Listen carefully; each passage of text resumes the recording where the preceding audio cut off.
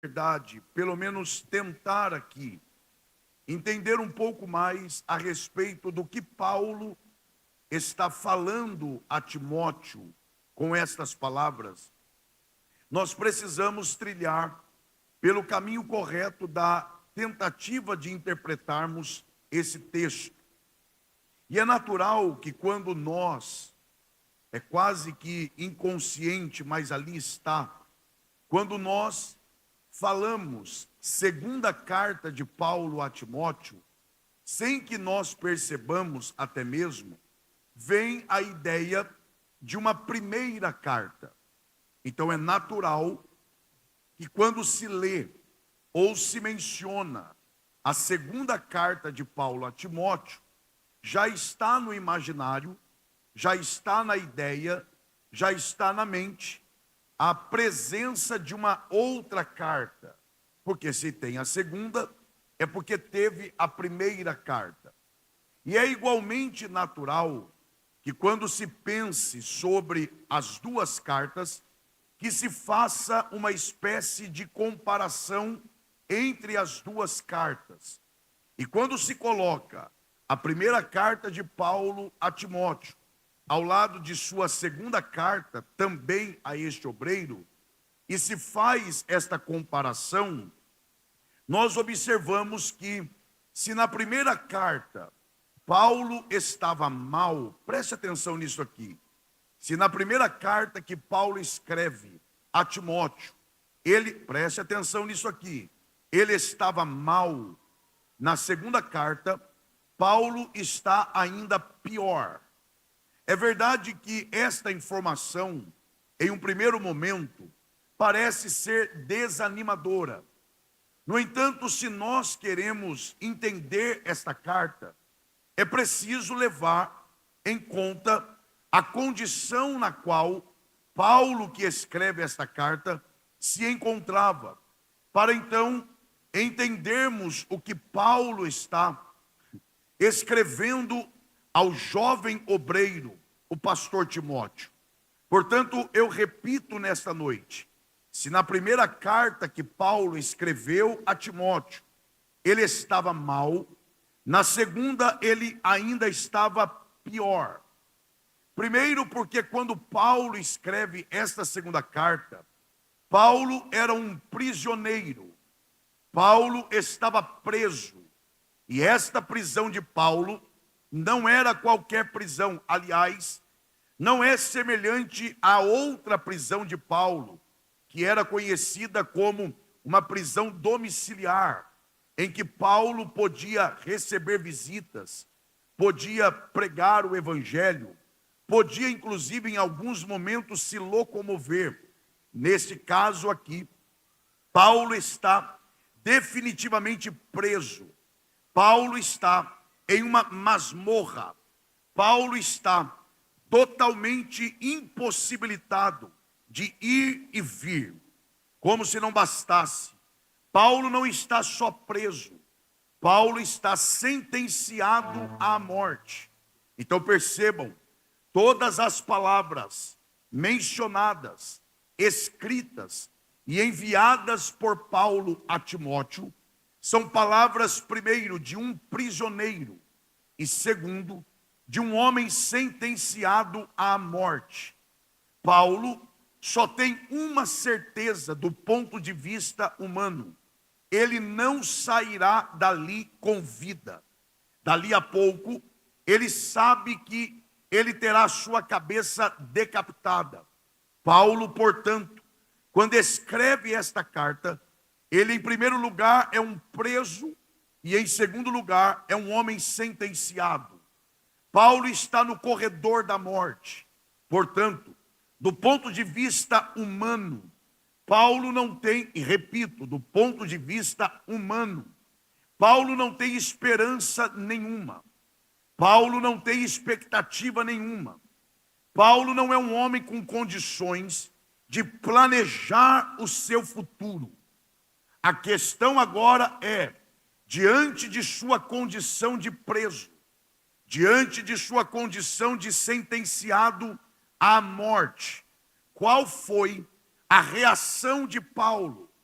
como é que Paulo respondeu a esta condição? Ora, só existe uma forma de nós aprendermos com Paulo a partir de uma situação como esta de prisão e de sentença de morte. Qual foi a reação de Paulo?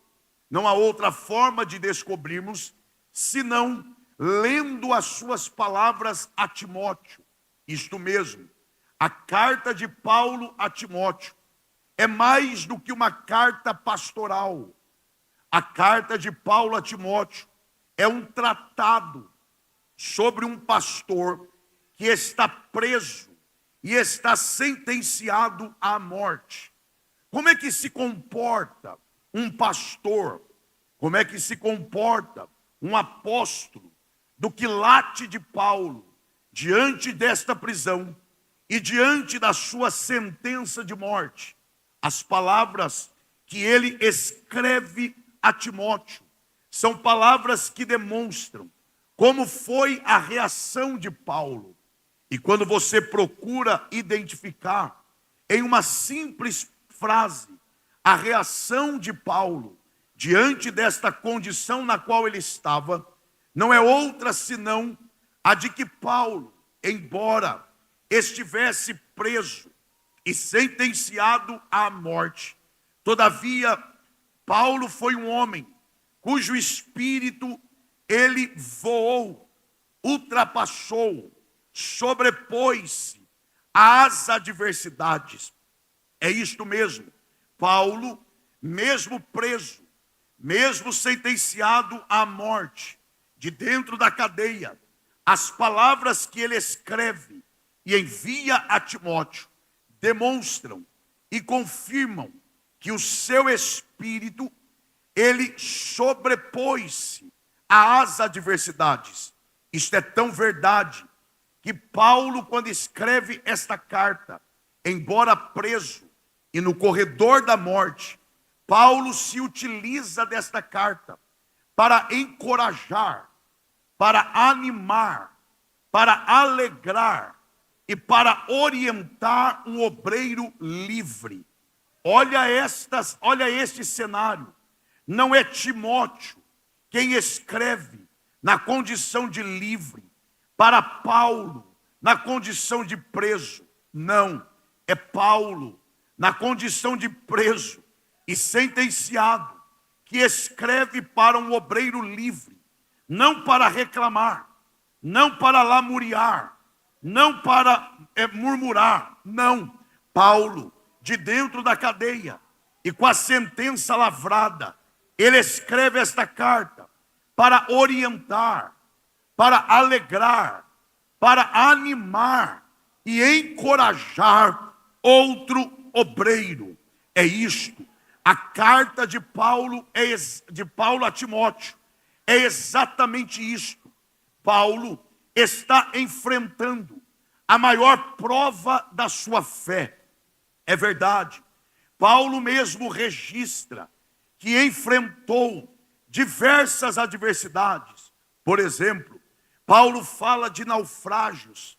Paulo fala também de perseguições. Paulo fala que foi flagelado. Paulo fala de apedrejamento. Paulo fala de que ele sofreu a traição dos falsos irmãos, dos falsos amigos, daqueles que diziam ser irmãos, mas não eram. Porém, preste atenção aqui, nenhuma prova de Paulo foi maior do que esta. Paulo está com os dias contados. No entanto, é diante da maior prova da fé de Paulo que ela se mostrou inabalável. E Paulo se apresenta aqui, queridos obreiros, irmãos aqui presentes, como um exemplo máximo de que o cristão, ele não é testado nas suas ações. Nós não somos testados na maneira com que agimos diante das situações. Ao contrário disso, nós somos testados em nossas reações.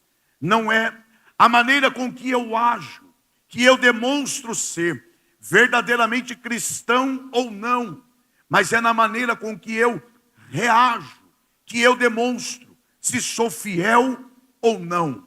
É na maneira com que eu reajo diante da pressão, que eu demonstro se as minhas bases são firmes ou não, e se as minhas raízes são profundas ou não. Quer ver que isto é verdade? Jesus ensinou isto. Jesus disse: se te ferirem uma face, dê a ele a outra face. Isto não é ação, isto é reação.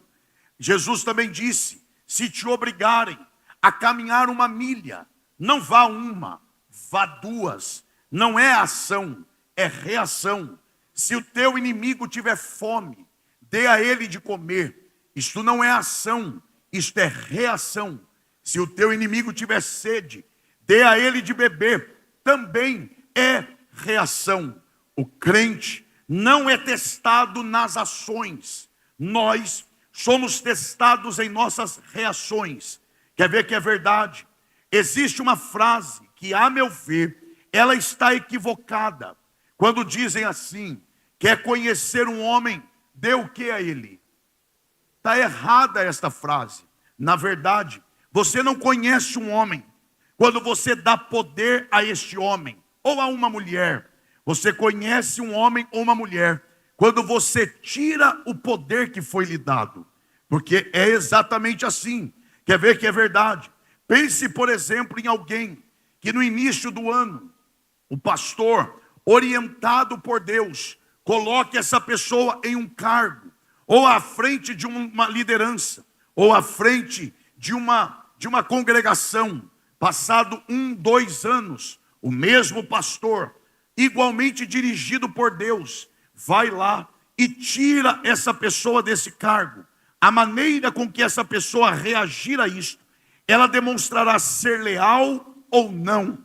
Porque alguém poderá dizer: ora, o senhor era um homem tão dirigido por Deus e agora já não é mais. Porque você conhece uma pessoa, não quando dá alguma coisa a ela, mas quando você tira este algo desta pessoa. Portanto, Paulo, e nós vamos chegar lá, Paulo é alguém que demonstra que a sua fé, ela foi testada, e no teste de sua fé, a sua reação demonstrou as bases da sua convicção em Deus.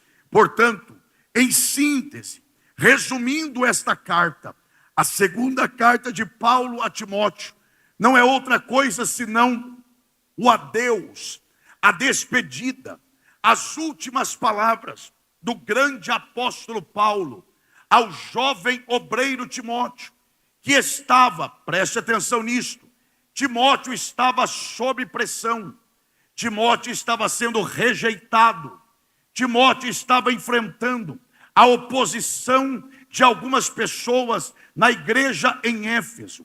E Paulo, sob uma pressão ainda maior, ele encontrou forças para encorajar, animar, orientar e dizer a Timóteo: aguenta firme, porque os meus dias estão contados, e você é quem vai dar continuidade ao meu legado. Esse é o resumo desta segunda carta de Paulo a Timóteo. Mais do que isto, quando Paulo escreve esta carta, Paulo tem pelo menos 2 objetivos. Primeiro, Paulo quer resolver problemas pessoais de Timóteo. Segundo, Paulo quer resolver problemas ministeriais de Timóteo. Observe isso. Paulo está preso. Paulo está sentenciado à morte. Porém, ele encontra condições de se preocupar com questões pessoais e ministeriais de Timóteo. Olha a grandeza do espírito de Paulo, de dentro da cadeia, com a sentença de morte lavrada e decretada. Paulo se preocupou com a vida espiritual de Timóteo. Paulo se preocupou com as emoções de Timóteo. Ora, que homem é este que está preso, caminhando para a morte, e se preocupa com a emoção de um obreiro livre? E mais, Paulo vai ter a sua cabeça cortada, e de dentro da cadeia, ele se preocupa com a doença no estômago de Timóteo. Que homem é esse? A sua cabeça vai rolar, e ele está preocupado com o estômago do outro. Paulo vai morrer, e está preocupado com a saúde do outro obreiro. É a demonstração de alguém que não se move pelas circunstâncias. Não é a cadeia que muda os sentimentos de Paulo. Não é o lugar que ele estava que muda a condição de Paulo. E Deus já está nos ensinando nessa noite: não permita que o que você esteja vivendo hoje mude o seu humor, mude a sua crença, mude a sua confiança. Independentemente do que esteja acontecendo, siga o propósito de Deus para a sua vida, para a glória de Deus. Paulo escreve esta carta para tratar de questões pessoais e ministeriais. Escutem isso aqui. Eu vou repetir para a gente entender onde Deus quer nos levar nesta noite. Timóteo está sob pressão em Éfeso. Há um grupo que o rejeita. Há um grupo que se opõe a Timóteo. E Paulo escreve esta carta. E olha o versículo 6 do mesmo capítulo desta carta que nós lemos.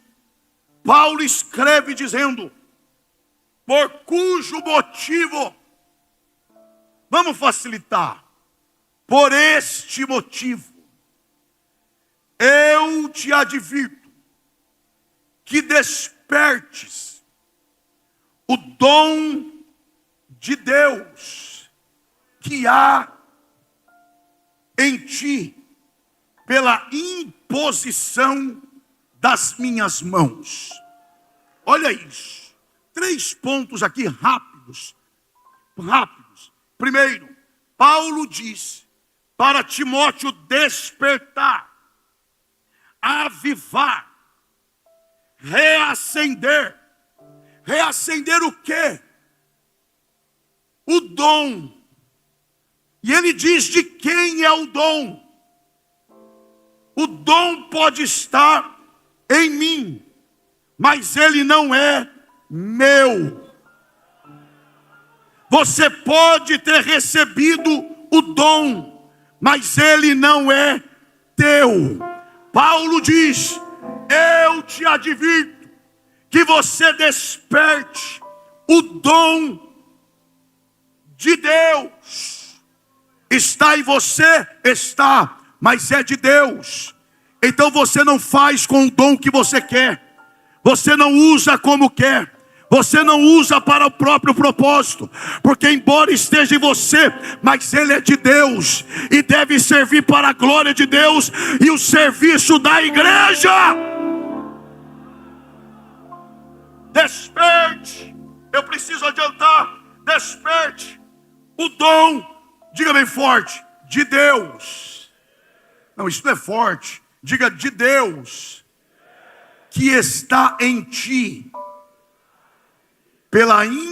olha o que Paulo diz, pela imposição das minhas mãos. A lição aqui é esta, para a gente avançar.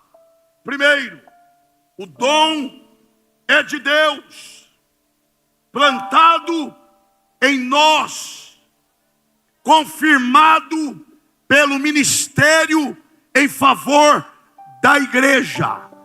Então não existe carreira solo, não existe estrela solitária. Você está preso. Percebam que Paulo começa dizendo: o dom é de Deus, e termina dizendo: pela imposição das mãos do ministério, e no meio está eu. Olha isso. O dom é de Deus, confirmado pela igreja. E entre Deus e a igreja estou eu. Por quê? Porque eu estou fechado por Deus e pela igreja. Porque eu não sou senhor da igreja. Eu sou servo de Deus a serviço da igreja. Eu sou servo de Deus em favor da igreja. Quem crê nesta palavra, aproveite a oportunidade. Levante a mão e dê o melhor glória a Deus que você pode. Ouça isso. Mas Paulo começa o versículo 6 usando a expressão por este motivo. É que a gente atropela o texto. A gente pega a parte só do despertar o dom. Mas Paulo começa usando a expressão por este motivo. Qual motivo? Ora, o que ele falou nos versículos anteriores. Paulo havia falado sobre algumas questões. Quem me ouve aqui, diga amém. Sobre algumas questões com Timóteo.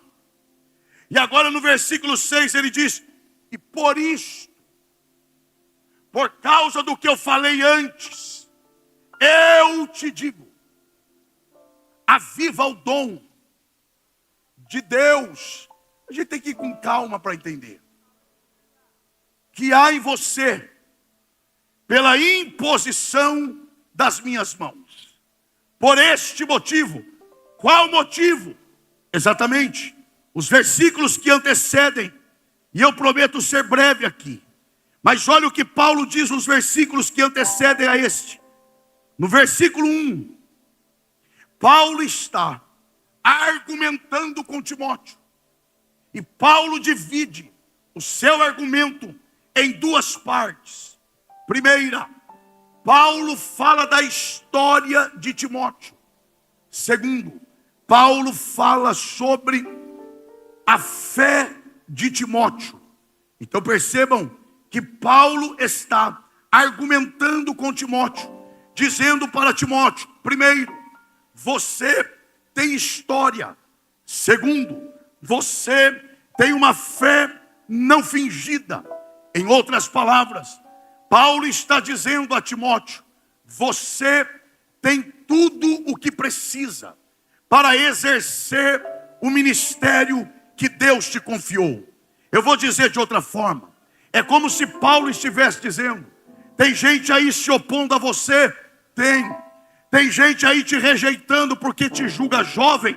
Tem gente aí questionando o teu ministério porque para eles você chegou ontem aqui? Mas eu sei de onde Deus te tirou. Eu conheço a tua história. Eu conheço a tua fé. Por isso, Timóteo, eu estou escrevendo para você e dizendo: você não tem motivo para parar agora. Você já tem tudo o que precisa para continuar a sua jornada. Deus me traz aqui nessa noite para dizer: Ele já te deu o que você precisa. Apenas siga a tua jornada. Levante uma de suas mãos aos céus. Só quem quer, é claro. Bata no peito e diga assim: pela graça, eu já tenho tudo o que preciso para exercer o meu ministério. Dobre a atenção aqui, por favor. Dobre a sua atenção aqui. Dobre a atenção aqui. Neste processo de já termos o que precisamos, o diabo se utilizará daquilo que ele sabe fazer melhor, que é confundir. Repito, Deus já nos deu o que precisamos. Mas nesse processo, o diabo vai tentar nos confundir, principalmente nesse sentido, de acharmos que o que temos não é suficiente. E eu vou dizer isso aqui: o rebelde não começa rebelde. Presta atenção nisso, toda rebelião, ela passa pela insatisfação. E toda insatisfação tem a sua raiz na ingratidão. Todo rebelde é insatisfeito. Ele não se contenta com o que tem e quer o que é do outro. E todo insatisfeito, ele passa pela ingratidão porque ele não é capaz de reconhecer que até o que ele tem é fruto da graça de Deus. Eu me lembro, querido pastor, já me dirijo ao senhor com muito respeito, quando há 6 anos e meio atrás eu cheguei em São Paulo, a convite dos nossos pastores, pastor José Wellington, pastor Elton Júnior, para trabalhar com eles à frente de um projeto da educação da nossa igreja em São Paulo. Eu me lembro que eu cheguei em janeiro, no mês de maio, eu estava trabalhando na faculdade da nossa igreja, e eu fui convidado pelo pastor Elton Júnior para pregar no congresso geral das irmãs do Ministério do Belém, lá em São Paulo. E na semana do congresso, alguém passou na faculdade e perguntou para mim assim: pastor Elias, o senhor está na programação do evento? Eu falei: estou. Ele disse assim, a pessoa disse assim: e qual vai ser o dia? Eu falei: sábado. Aí ele perguntou, uma preocupação de saber o horário. Ele perguntou: qual horário? Eu falei: pela manhã. A pessoa falou assim: é o pior horário. Eu não entendo muito bem esse negócio do que é pior e melhor horário, mas tudo bem, vai entender esse pessoal. Naquele momento eu tinha 2 opções: ou ser crente ou ser carnal. Por incrível que pareça, naquele dia Deus me deu graça e eu fui crente. Eu olhei para ele e disse assim: rapaz, eu não merecia nem estar vivo, e estou vivo. Eu não merecia ser crente, sou crente. Eu não merecia ser salvo, sou salvo. Eu não merecia ser obreiro, sou obreiro. Eu não merecia pregar, e eu prego. E ainda vou pregar no congresso da minha igreja. Meu irmão, eu estou no lucro, porque eu não merecia nem estar aqui. Quando eu entendo, oh glória a Deus, quando eu entendo que tudo é fruto da graça de Deus, a rebelião já perde a força na largada. Reconheça, Deus já te deu aquilo que você precisa.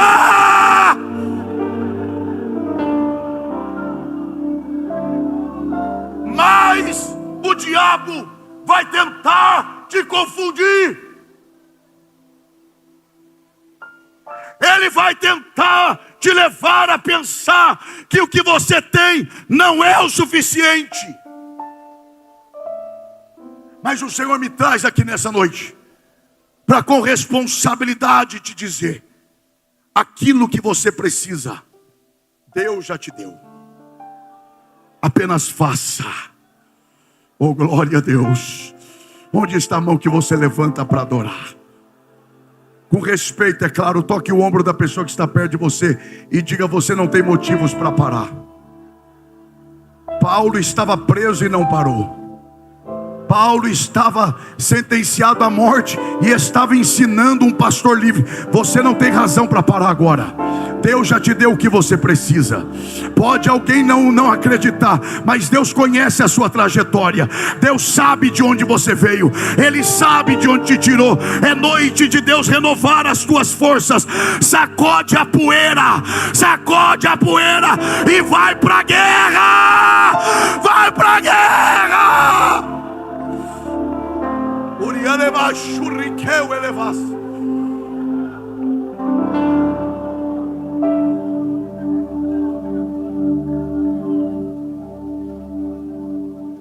Paulo vai argumentar.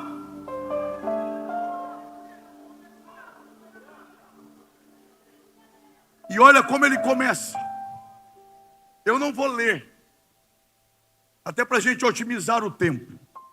Mas se você estiver com a Bíblia aberta, você vai ver. Ou anote. Paulo argumenta 5 vezes com Timóteo. Não se esqueçam, de dentro da cadeia. Primeira coisa que ele diz: sabe por que você tem que me ouvir?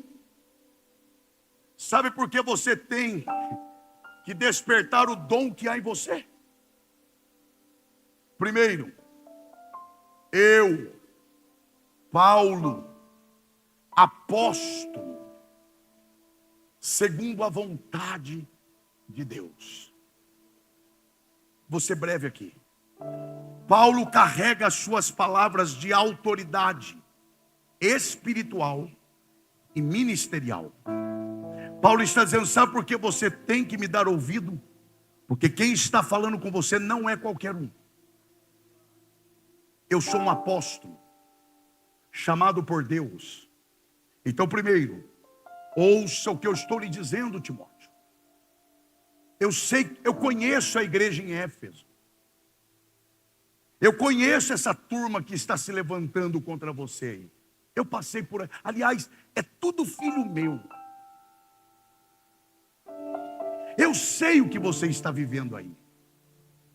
Agora, presta atenção aqui. Me ouça, Timóteo. A minha fonte não é humana. Quem está falando com você não sou eu. Então, primeiro, Timóteo, considere o que eu estou falando, porque quem está falando é um apóstolo. Segundo, o que eu estou falando é verdade. Olha o versículo 2 agora. É de uma beleza isso aí. A Timóteo, meu, o que está aí? Amado filho. Quem lê essa palavra sem levar em conta o contexto, acha que Paulo está na beira da praia, chamando Timóteo de amado filho. Quem lê isso aí, sem considerar o contexto, pensa que Paulo está na casa de campo, ouvindo Osés de Paula, Beethoven, tomando café ou açaí. Melhor, né? Para vocês é melhor. Para mim também. Com açúcar, claro. Eu ainda não cheguei lá. Eu estou em processo de evolução. Mas não. Na cadeia, sentenciado à morte, Paulo é capaz de chamar Timóteo de meu amado filho. Porque a cadeia não adoeceu Paulo. A cadeia não tirou o mel de Paulo. A cadeia não tornou Paulo amargo. Pelo contrário, na cadeia, ele ainda conseguia amar.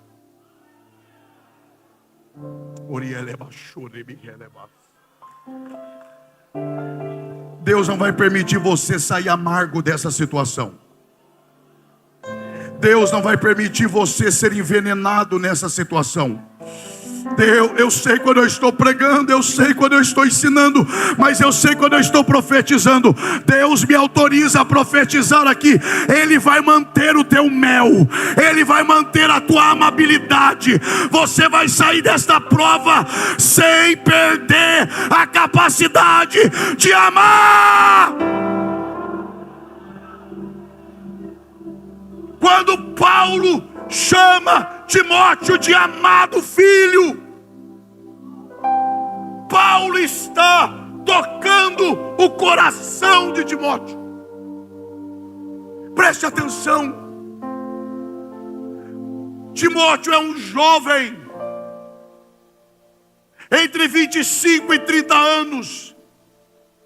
Ele era introspectivo, tímido.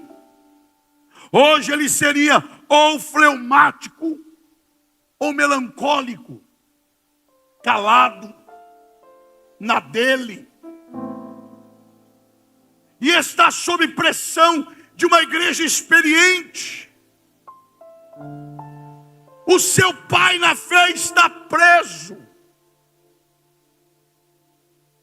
E Paulo escreve, e não é à toa que Paulo diz: meu amado filho, sabe o que Paulo está dizendo? Eu vou tocar teu coração para curar a tua ferida.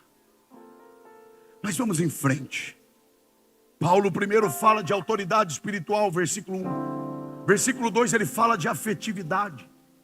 Olha o versículo 3. Paulo sai do aspecto emocional e volta para o espiritual. Porque aí ele conclama dizendo: eu conclamo que desde os meus antepassados, e vai dizendo, daqui a pouco ele diz: e Deus sabe que eu faço menção de você nas minhas orações, dia e noite. É o preso orando pelo livre.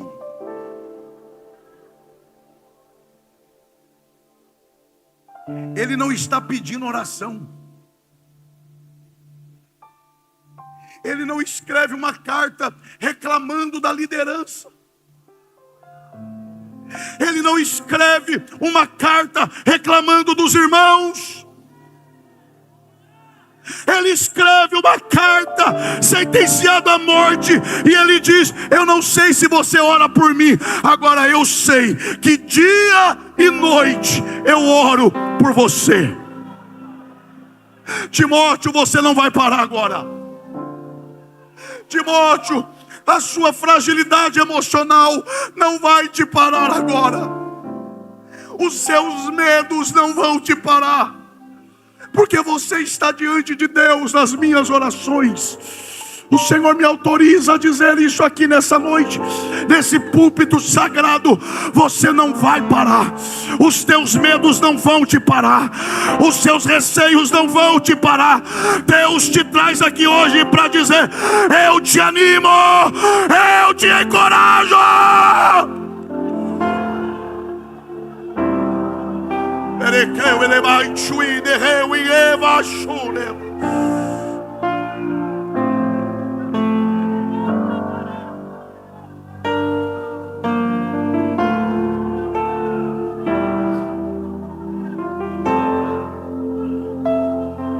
É o preso orando pelo livre. É de sentir vergonha. Eu não sei vocês, mas eu me envergonho. O preso, com o decreto da sua decapitação na mão, e dizendo: não parei de orar, oro dia e noite, e oro por você. Olha agora, tudo isso é o argumento de Paulo. Olha o versículo 4. Esse eu vou ler. É mais forte do que eu. Olha o versículo 4. Desejando. Já não é mais espiritual. Ele volta para o emocional. Desejando muito ver-te. Tem gente te rejeitando aí, Timóteo? Quanto a mim, não. Eu quero te ver. A maioria está te rejeitando aí. Mas não é só rejeição. Tem quem te quer bem. Então olhe para quem te quer bem, Timóteo. Mas o ponto não é nem esse. Lembrando-me das tuas lágrimas. Aqui é de assustar. Para me encher de gozo. Timóteo, sabe o que eu faço quando eu estou triste? Eu me esforço para me lembrar das tuas lágrimas, porque as tuas lágrimas são motivos de alegria para mim. Que coisa estranha! Não é encontro de obreiro isso aqui? Não é encontro com uma igreja madura, que é a igreja da Abaetetuba? Então, que negócio estranho é esse, de eu lembrar da sua lágrima para me alegrar? Se é hoje, é processado. Isso é assédio moral. Isso é se aproveitar da fragilidade alheia. Você se alegra com o choro do outro, é isso. Como é que você explica alguém que na cadeia se alegra com a lágrima do outro? Quando eu estou triste, Timóteo, eu lembro de você chorando para me alegrar. Por que as lágrimas de Timóteo alegravam Paulo? Primeiro, porque quando Paulo lembra de Timóteo chorando, Paulo tem a certeza: está aí um obreiro fiel. O que isso tem a ver, lágrima, com... Porque a gente é inimigo da lágrima. A gente acha que lágrima é negativo. Deus vai enxugar lágrima. Os hinos é o quê? É só mais uma lágrima. Vai acabar a lágrima. Deus está enxugando tua lágrima. Pois Paulo diz: eu lembro da tua lágrima, porque ela me alegra. Porque lágrima para crente não é para morte. Lágrima para crente não é para vergonha. Lágrima de crente é para regar as raízes profundas da sua fé. E aí dá glória a Deus quem acha que tem que dar glória a Deus e entende esse negócio. Porque Paulo se alegra das lágrimas de Timóteo? Porque quando Paulo se lembra de Timóteo chorando no ministério, ele chega à conclusão: se está chorando, é porque é fiel. O que isso tem a ver? Porque não existe ministério fiel sem lágrima. Você quer mesmo ministério? Você quer mesmo fazer parte desse negócio chamado ministério? Então não venha pensando que isso aqui é promoção pessoal. Não venha pensando que isso é plataforma de promoção pessoal. Não é. Ministério é dor, ministério é lágrima, ministério é fidelidade, ministério é sofrimento, ministério é ser rejeitado, ministério é trabalhar para honrar a Deus e abençoar a igreja. Quem está entendendo a voz de Deus aqui, levante a sua mão e dê o melhor glória a Deus que você pode.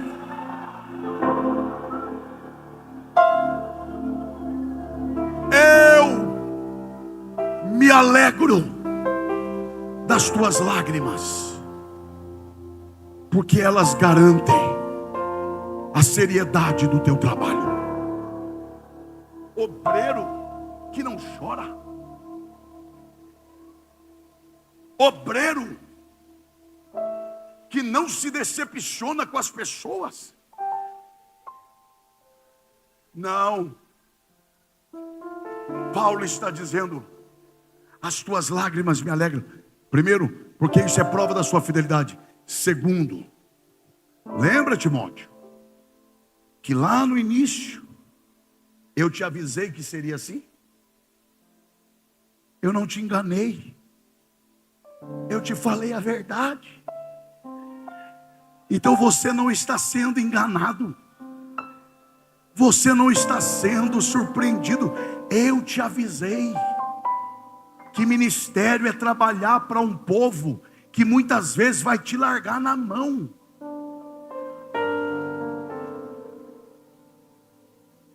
Pastor, o senhor está pregando isso? Ué, eu vou pregar o que aqui?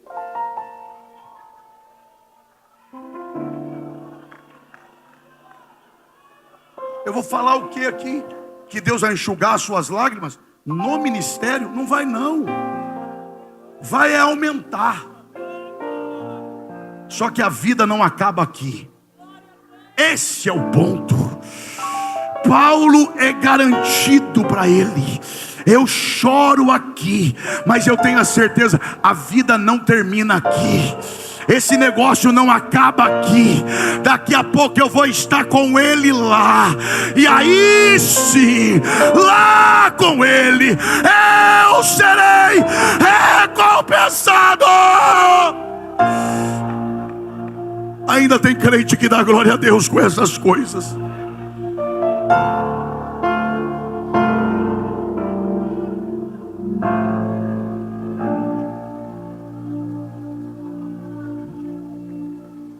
E aí chegamos no versículo 5.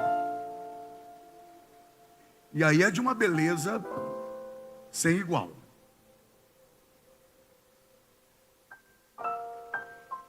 Porque vejam, preste atenção aqui. Não há dúvida de que Paulo está sofrendo por saber que Timóteo está sofrendo. Não desvia o olhar, não. Não desvia o olhar. Paulo está sofrendo porque Timóteo está sofrendo. Aí é por isso que no versículo 5 ele diz: trazendo. Não é trazendo à memória, é trazendo à memória. Olha o acentozinho aí, ó. Trazendo à memória. Ele está dizendo: eu me esforço para me lembrar da sua fé não fingida. Sabe o que Paulo está dizendo para Timóteo? Eu te conheço, rapaz. Esse pessoal aí de Éfeso acha que você começou agora. Esse pessoal está enganado. Esse pessoal está achando que você caiu aí de paraquedas. Não. Eu me lembro, Timóteo, quando da primeira viagem missionária eu passei por Listra, e lá estava você, e você na minha pregação se converteu, e na minha segunda viagem missionária, lá estava você, e melhor, a igreja deu testemunho da sua fé, e eu decidi te trazer comigo. Esse pessoal de Éfeso não te conhece, mas eu te conheço. Olhe para cá. Eu sei da tua fé. Agora, olha essa beleza. Na cadeia, sentenciado à morte, escrevendo para um obreiro sob pressão. Paulo tem a serenidade de lembrar da avó de Timóteo e da mãe de Timóteo. E não só isto, ele lembra, presta atenção nisso, ele lembra da avó, e ele usa a expressão avó, ele usa a expressão mãe, e não é à toa, ele faz isto que é para curar Timóteo.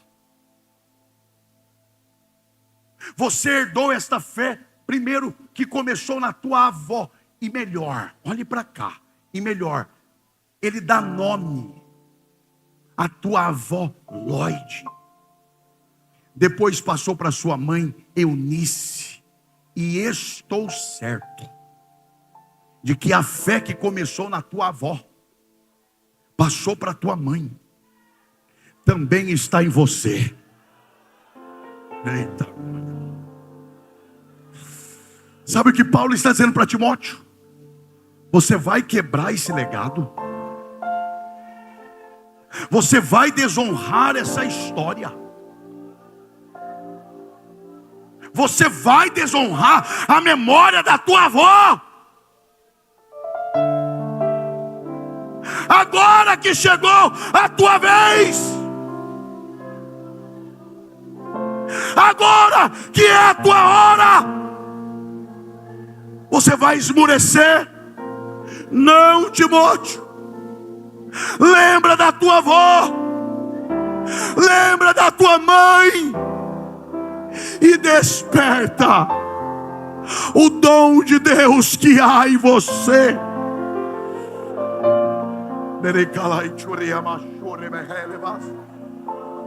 Eu vou encerrar aqui. Mas abra sua Bíblia. Aqui nós vamos ler mesmo.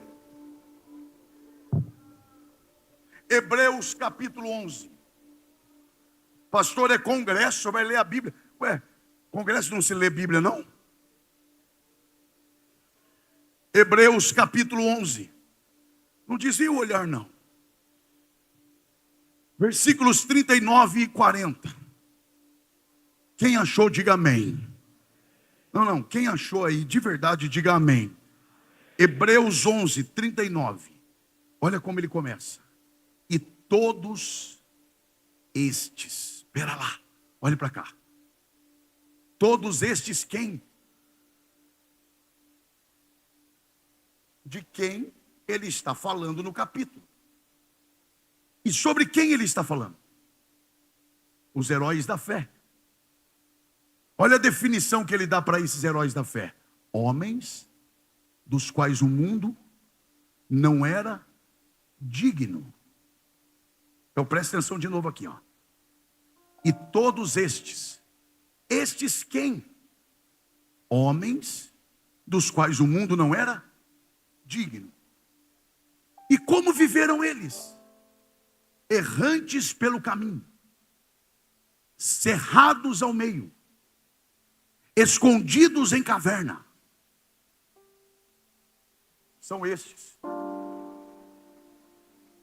E todos estes, presta atenção aí. Já falei quem são eles. Tendo tido testemunho pela, vamos lá, pela fé. O que diz agora? Não alcançaram a promessa. É estranho. Como é que homens dos quais o mundo não era digno e que alcançaram o testemunho pela fé não alcançam o que quer? Porque a gente pensa que quem vive uma vida digna e tem fé, tem tudo o que quer. Parece que não. A fé não é para eu alcançar tudo o que quero. A fé é para eu continuar honrando a Deus quando eu não recebo o que quero. Está aqui. Quem está acompanhando, diga amém. Nós já vamos encerrar. Não alcançaram a promessa. Para você que está atento, a pergunta é: por quê?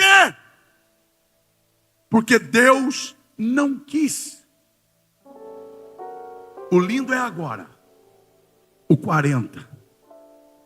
Provendo Deus alguma coisa melhor, diga bem forte, a nosso respeito. Não, gente, diga a nosso respeito. Olha agora, para que eles, sem nós, não fossem aperfeiçoados. Gente, a ideia aqui é a seguinte: eles fizeram a parte deles, mas eles não são capazes de fazer tudo sozinhos, porque para cada tempo Deus tem um povo, e o que eles começaram, agora a gente continua. A questão é: o que faremos com o que recebemos deles? É por isso que daí começa o capítulo 12, porque nós temos como capítulo, mas isso é uma carta corrida. Por isso o escritor começa o capítulo 12 dizendo: portanto nós também, que estamos rodeados de uma tão grande nuvem de testemunha. Quem é esta nuvem de testemunha? Os heróis da fé.